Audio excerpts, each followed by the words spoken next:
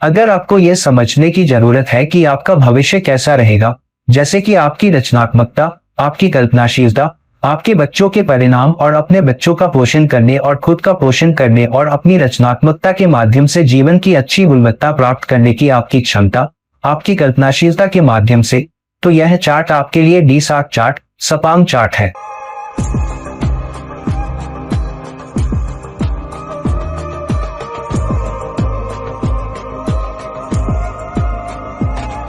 नमस्ते, नमस्कार और आदाब मेरे सभी दोस्तों को। आपके मित्र ज्योतिषी और मार्गदर्शक मस्ती से एक बार फिर आपके साथ आपके अपने चैनल एस्ट्रो एश्योरेंस से हम डिविजनल चार्ट कर रहे थे। हमने डायमंड चार्ट किया, फिर हमने डी9 चार्ट किया, बहुत सारे, मेरा मतलब है नवमांश पर मैंने जितने वीडियो बनाए हैं, शायद ही कोई चैनल इस प्लेटफॉर्म पर यूट्यूब प्लेटफॉर्म ने बनाए होंगे। और हमने चतुर्मासा या डी4 चार्ट को भी कवर किया। आज मैं सतमसा चार्ट या डी7 चार्ट के बारे में बात करने जा रहा हूं। अब डी7 चार्ट क्या है? डी7 चार्ट मुख्य रूप से बच्चों, आपकी संतान के गुणों पर ध्यान केंद्रित करने के लिए जाना जाता है, लेकिन आपकी रचनात्मकता और आपकी कल्पना पर भी। अब रचनात्मकता क्यों? बच्चों को आपकी कल्पना के माध्यम से आपकी रचना भी माना जाता है। अब शायद हमें यौन क्रिया में कुछ कल्पना की आवश्यकता है, अंतरंगता अधिनियम में शायद कुछ भिन्नताएं भी। तो यह आप पर निर्भर करता है कि आप इस कार्य में कितने कल्पनाशील हो सकते हैं। लेकिन आपकी रचनात्मकता निश्चित रूप से शास्त्रों से आपके बच्चों में देखी जाती है, और आपकी रचनात्मकता के माध्यम से, आपकी कल्पना के माध्यम से आपको क्या परिणाम मिल रहे हैं। न केवल संतान, आपके बच्चों के जन्म में, बल्कि उसके बाद भी आप उन्हें कैसा जीवन दे पा रही हैं, आप उनका कितना अच्छा पालन पोषण कर पा रही हैं, आप उनका कितना अच्छा पोषण कर पा रही हैं। अपने बच्चों के प्रति आपका ध्यान और ज्ञान क्या होगा? आपको किस तरह के बच्चे मिलेंगे? क्या आपके बच्चे बहुत अच्छा करेंगे? आप अपने बच्चों को किस तरह का सहयोग दे पाएंगे? आप किस तरह के माता पिता होंगे और आप अपने घर में पोषण लाने के लिए किस तरह की रचनात्मकता और कल्पनाशीलता ला पाएंगे? अब डिविजनल चार्ट क्यों महत्वपूर्ण है?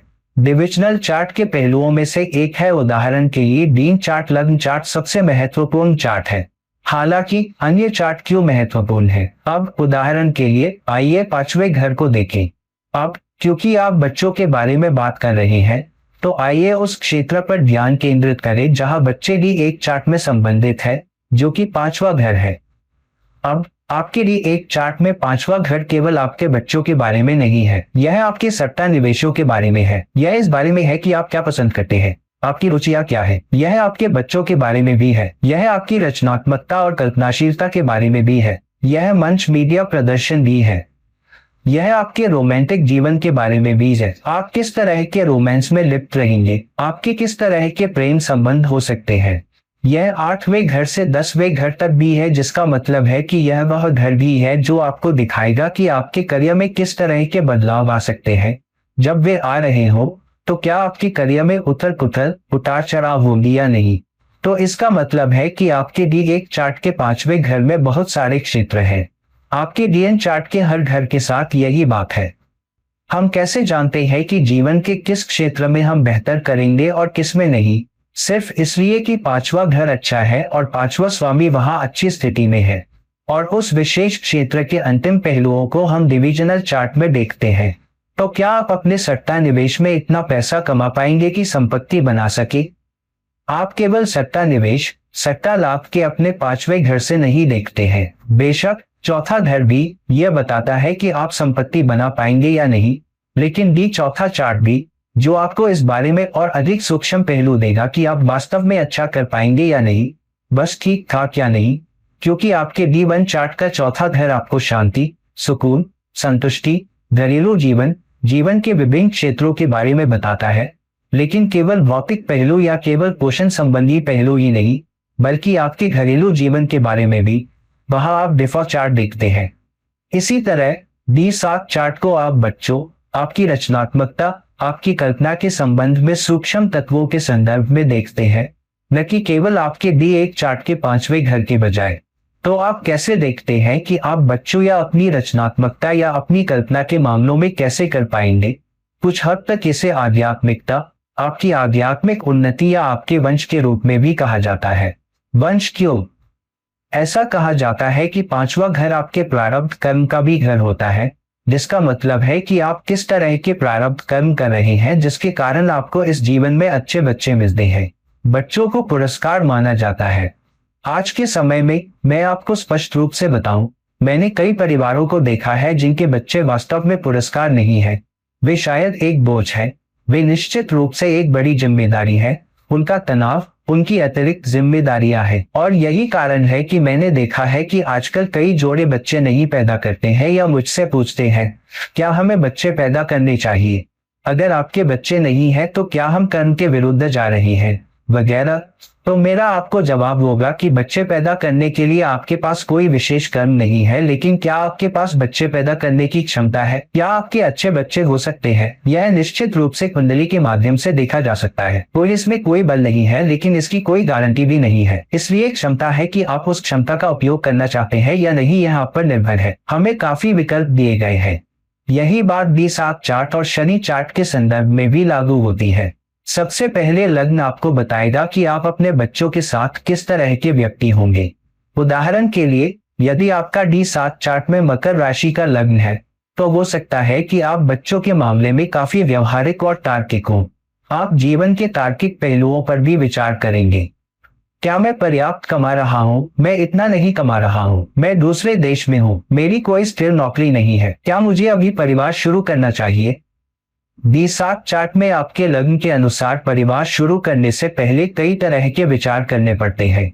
जिस तरह का लग्न आपका होगा, आप उसी तरह के माता पिता होंगे। आप उसी तरह के पोषण करने वाले और उसी तरह के रचनात्मक व्यक्ति होंगे। यदि यह कर्क राशि है, तो जाहिर सी बात है कि आप अपने बच्चों के मामलों में अधिक सहयोगी, अधिक देखभाल करने वाले और अधिक भावनात्मक होंगे। उदाहरण के लिए, यदि आपकी राशि सिंह है, तो आप अपने बच्चों के विभिन्न पहलुओं में अधिक जिम्मेदारी और जवाबदेही लेंगे। वास्तव में आप उनके भविष्य में भी नेतृत्व करना चाह सकते हैं। बच्चे को क्या करना चाहिए, बच्चे को क्या नहीं करना चाहिए, आप उनके साथ बहुत अधिक अधिकारपूर्ण हो सकते हैं। केवल एक नेता के रूप में ही नहीं, बल्कि आप उनके हाथों को पकड़कर एक निश्चित दिशा में ले जाना चाह सकते हैं, जिसकी सराहना बच्चे नहीं कर सकते। हो सकता है कि बच्चा अपनी स्वतंत्रता चाहता हो। तो D7 चार्ट में आपके पास जो भी लग्न है, ओक चार्ट ये भी दिखाएगा कि आप किस तरह के माता पिता हो सकते हैं, न केवल अपने बच्चों के संदर्भ में, बल्कि आपकी अपनी रचनात्मकता, आपकी कल्पना, आपकी रचनात्मकता और आपकी कल्पना के कारण आपके जीवन से अधिक लाभ प्राप्त करने की आपकी क्षमता। इसका एक पहलू आपके बच्चे भी हैं। तो क्या आप अपनी रचनात्मकता और अपनी कल्पना में अधिक जिम्मेदार होंगे? क्या आप ऐसे व्यक्ति होंगे जो अपनी रचनात्मकता और कल्पना का उपयोग बड़े सामाजिक भले के लिए भी करेंगे?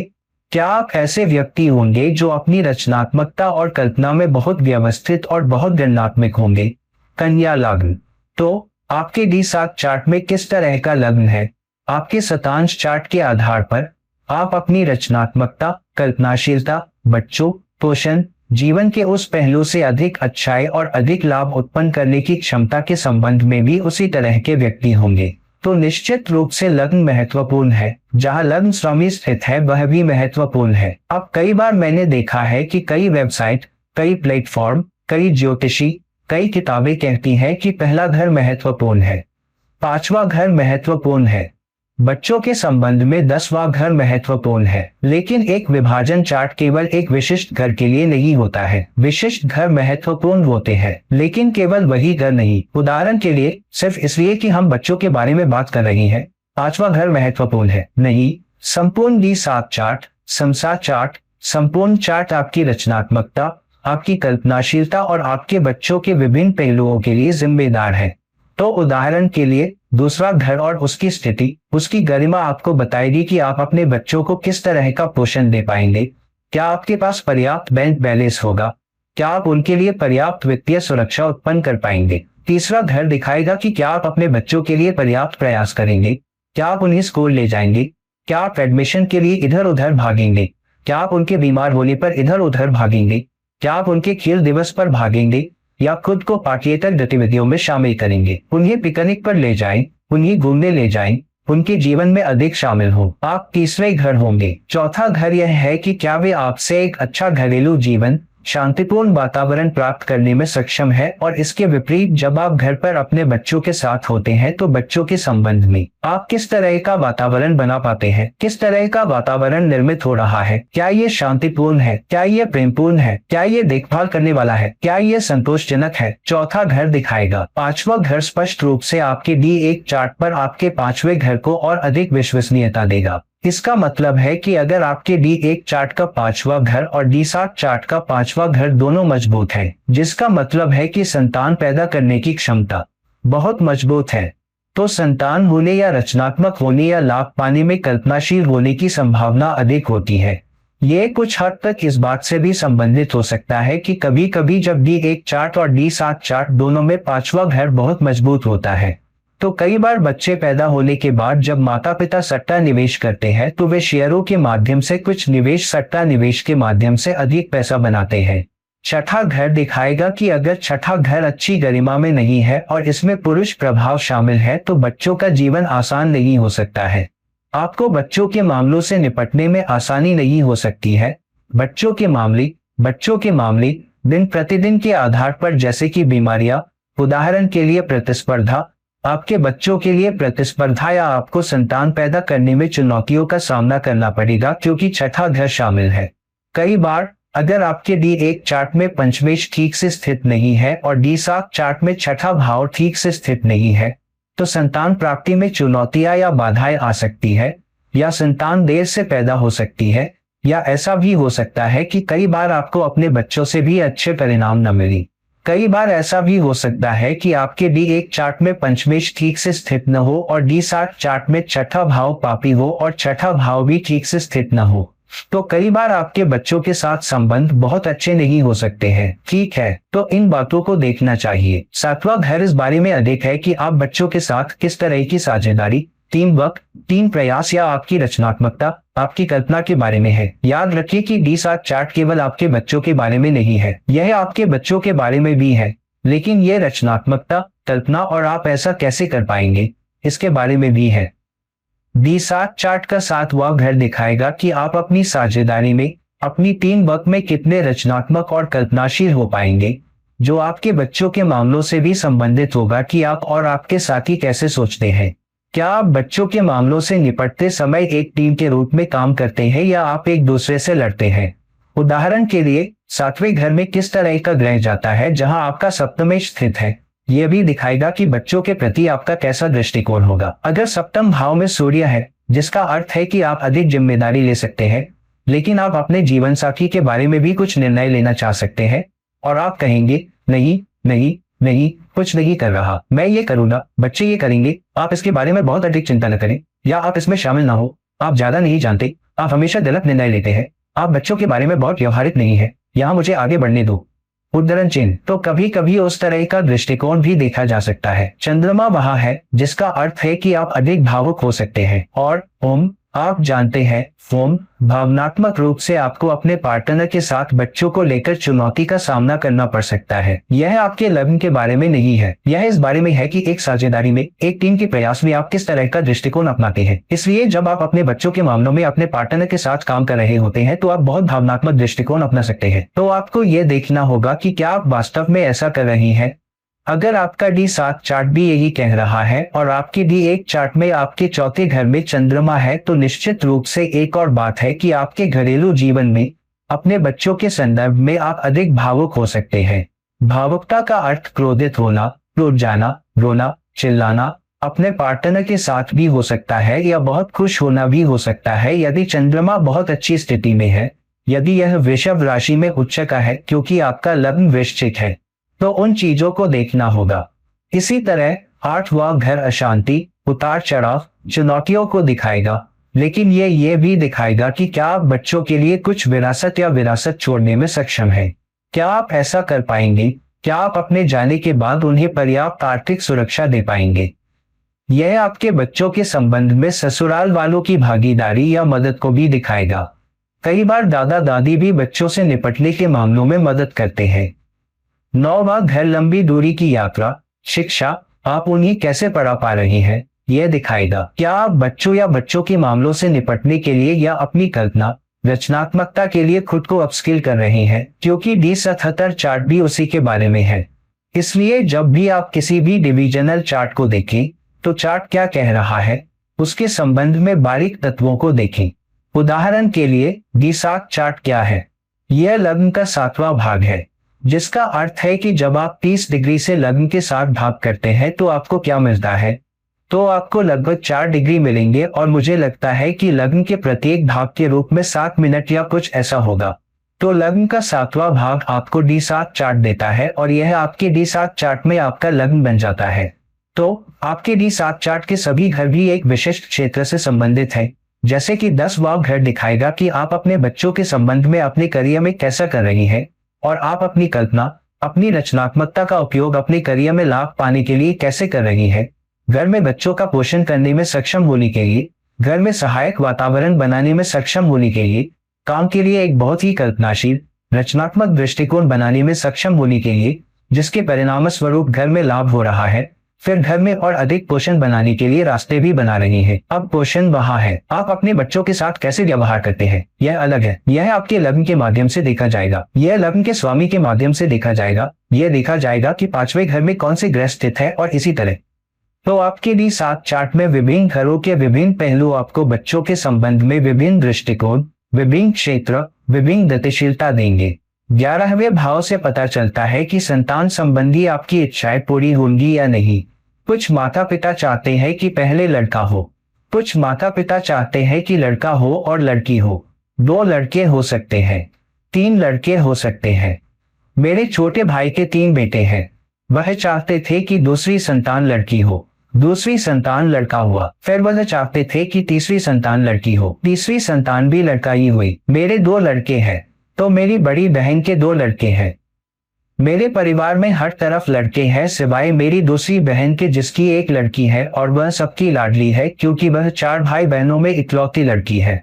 तो फिर आपकी इच्छाएं और इच्छाएं कि आप कैसी संतान चाहते हैं, कैसी संतान चाहते हैं।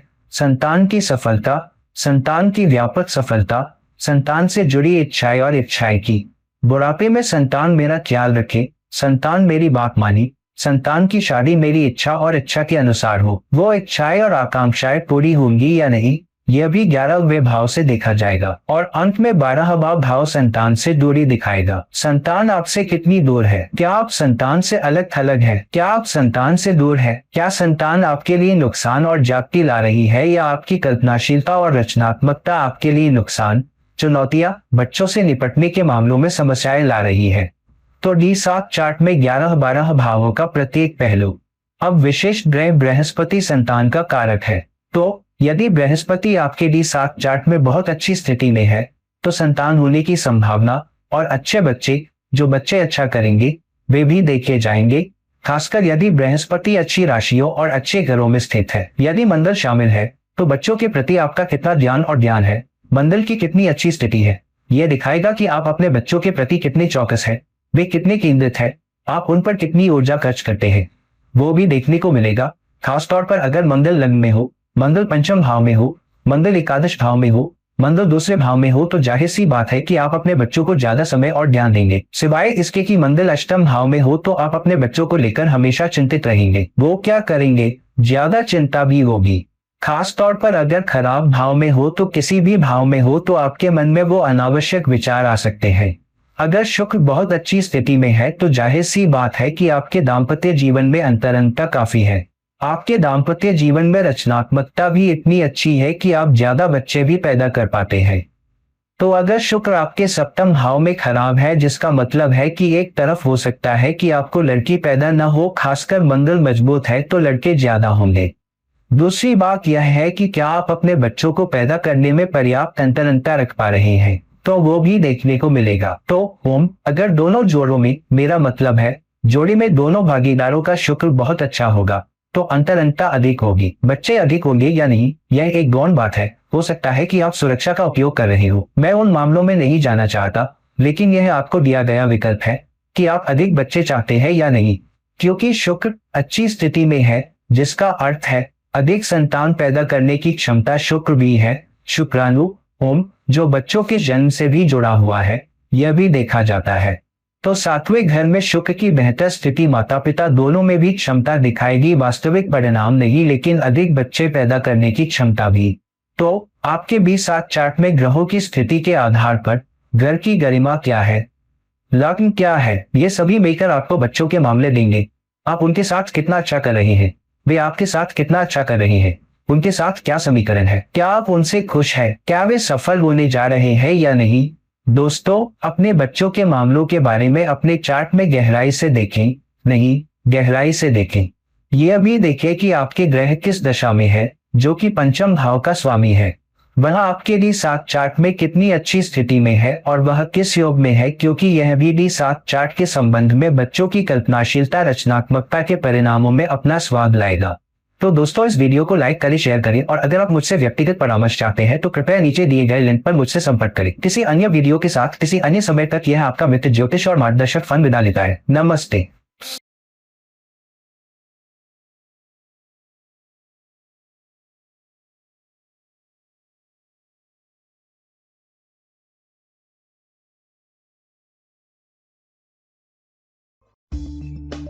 Black,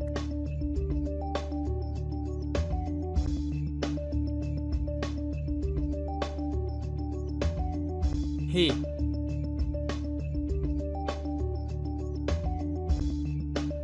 deep,